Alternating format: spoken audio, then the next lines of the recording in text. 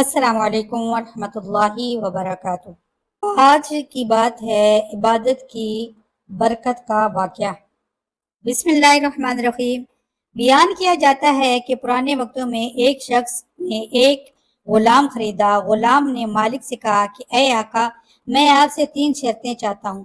پہلی شرط یہ ہے کہ جب نماز کا وقت آ جائے تو مجھے نماز سے نہ روکیں گے۔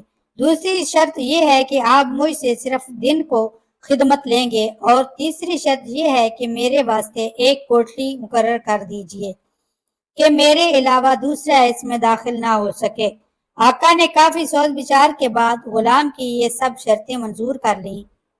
اس غلام نے مکان کی کوٹلیوں کا چکر لگایا اور ایک ویران کوٹلی کو پسند کیا۔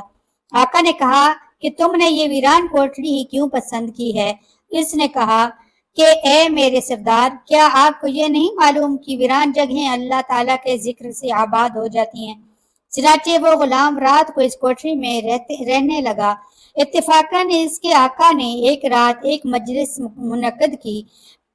پس جب آدھی رات ہوئی اور اس کے دوست احباب چلے گئے تو مالک اٹھا اور گھر کا چکر لگانے لگا۔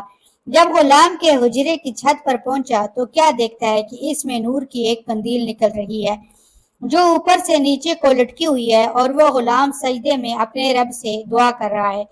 اور جب سردار نے کان لگا کر سننا چاہا تو وہ کہہ رہا تھا کہ اے میرے رب، تو نے دن میں مالک کی خدمت میرے ذمہ واجب کر دی ہے۔ اگر میرے ذمہ یہ خدمت نہ ہوتی تو رات دن صرف تیری ہی خدمت میں مشغول رہتا۔ مالک طلوع صبح تک اس منظر کا نظارہ کرتا رہا۔ اس کے بعد وہ قندیل آسمان پر چلی گئی اور چھت بند ہو گئی۔ مالک نے اپنی بیوی سے یہ واقعہ بیان کیا۔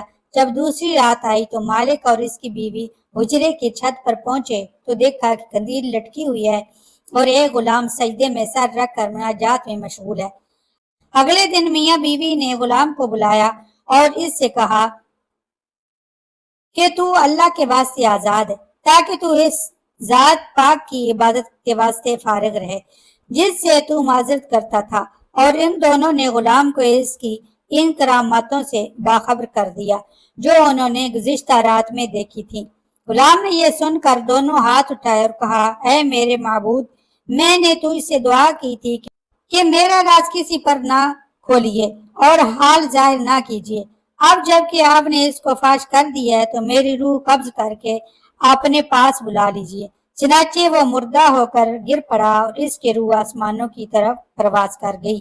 اللہ تعالیٰ اس پر رحم فرمائے، آمین یا رب العالمین۔